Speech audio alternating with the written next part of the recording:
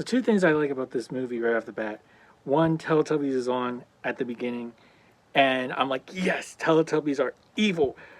Put blood on their screen. Make them evil. Make them creepier than they already were.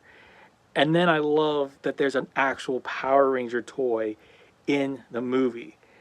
Now, the downside to that is it's from the wrong season.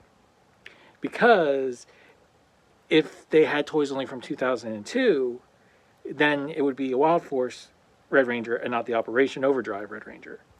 But that's just me being me and getting amused. The movie itself, definitely to me, I think is the best of the trilogy because I was more invested in this movie than I was in the other ones. I thought the characters overall were better. I thought the performances were better. Though I will admit, so many of the people in this movie are just idiots or they're dicks, and the only two main people that aren't seem to be the mother and Ray Fiennes' character, who I completely forgot or didn't realize he was in the movie, which he was fantastic in this film. And I mean, it did things I wasn't expecting. It hit me in the gut.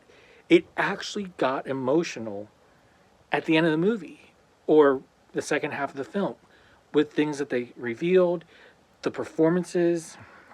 I mean, it blew me away that a 28 days, weeks, years later film could actually get that emotion from me. But the shaky cam, I felt, this time I really felt it was too much.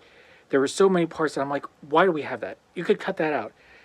You're trying to be artsy? No, it doesn't work here.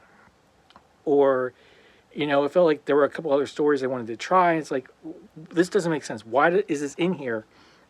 And then I thought, well, maybe it's for the sequel or the second part. But it's like, it just didn't make sense. Ending drastically did not make any sense. Because as some people have said, and I agree, total tone shift at the end. Great scenes with the infected. I mean, that stuff was superb. Some great gory moments.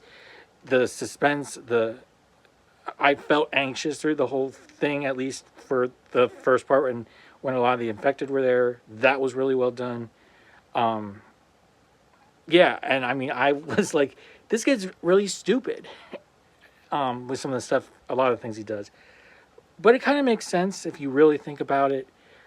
Overall, I'm like, yeah, this is another film showing who's really the monster in this situation. Overall, yeah, I think it's the best of the three.